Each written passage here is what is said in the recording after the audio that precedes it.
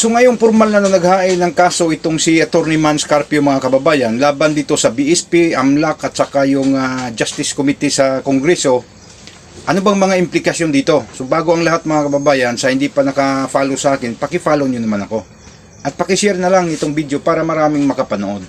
Naghain na sa Quezon City Regional Trial Court ng kasong kriminal laban dito sa tatlong sangay ng gobyerno natin, yung BSP, AMLAC at saka itong Congress Justice Committee. Hinggil dito mga kababayan sa paglabag sa Anti-Money Laundering Council Act, Data Privacy Act at saka itong Bank Secrecy Law.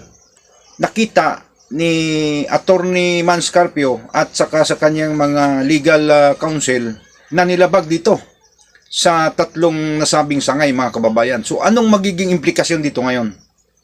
Una, investigasyon.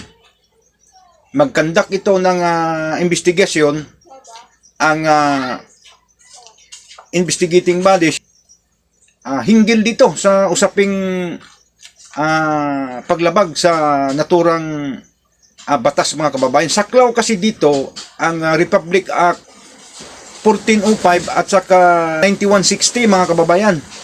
Itong sa Anti-Money Laundering Council Act at saka itong Bank Secrecy Law. Kung saan itong mga ipinapahayag ng AMLAC, ang dinidetalye nila dito sa Justice Committee mga kababayan, walang labis, walang kulang na galing sa kanilang opisina mismo. Umano'y mayroon ding hawak-hawak ito si Antonio Trillanes, sarili niyang ebidensya. Nangalap din siya ng sariling ebidensya.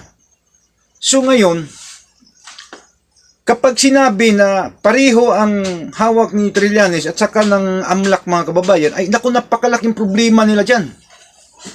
Bakit? Paano nakuha ni Antonio Trillanes yung exact amount na corroborate doon sa figure ng ipinipresenta ng AMLAC? So kung magkataon mga kababayan, there is a big possibility na mayroong insider from the AMLAC na nag-feed ng information ni Antonio Trillanes. So lalabas at lalabas sa investigasyon yan. At saka itong mga na pinipresent ng AMLAC mga kababayan ay maisama sa pag-validate yan. Kung tama ba o yung mga spekulasyon, mga haka-haka na mga netizens, mga taong bayan na lahat umano na mga deposit, cash in, cash out, transfer, sinasam total ng lahat, pinagsama-sama lahat, grand total, kaya lumaki yung pira ng mag-asawang Duterte Carpio mga kababayan. So dito natin malalaman ngayon itong tamang hakbang ng kampo ng asawa ni Vice President Sara mga kababayan.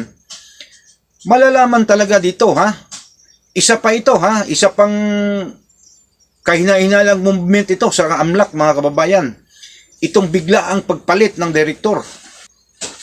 So isa din yun sa mga suspicious movement dito sa opisina ng AMLAC mga kababayan. So iwan ko lang kaya kung pariho ba tayo ng pananaw na dahil pinalitan yun si Attorney David mga kababayan, ay malamang hindi sumasang-ayon sa mga close deal or mga close negotiations dito sa mga taong gustong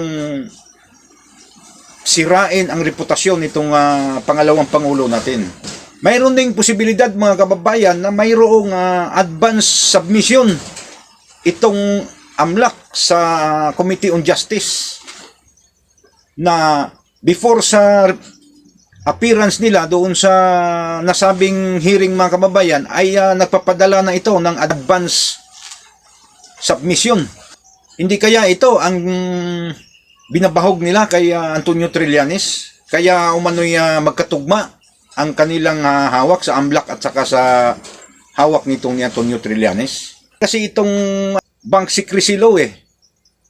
Ginawa talaga ng fishing expedition dito sa usaping clarificatory hearing kasi may press exposure, mayroong political hearing naman talaga ang tawag nila dyan ngayon eh. Hindi naman talaga yan clarificatory, pamulitika talaga yan. At saka yung public speculation, mga kababayan, na nag-speculate na ang mga tao dahil doon sa napanood, dahil doon sa nakita dyan sa sinasabing hearing.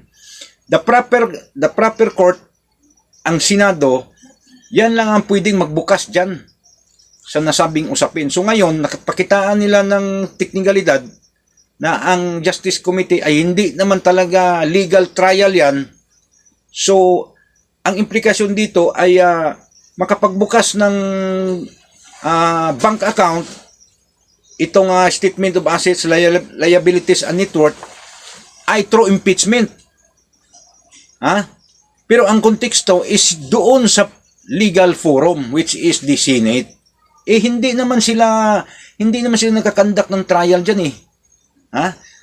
Mariing itinanggi ni Luis Tro na hindi sila nagkakaroon ng pre-trial sa ginagawa nila ngayon, kundi clarificatory hearing. So, labag sa batas ang ginagawa nila na pagbukas dyan sa bank account ng mag-asawa, mga kababayan. Kasi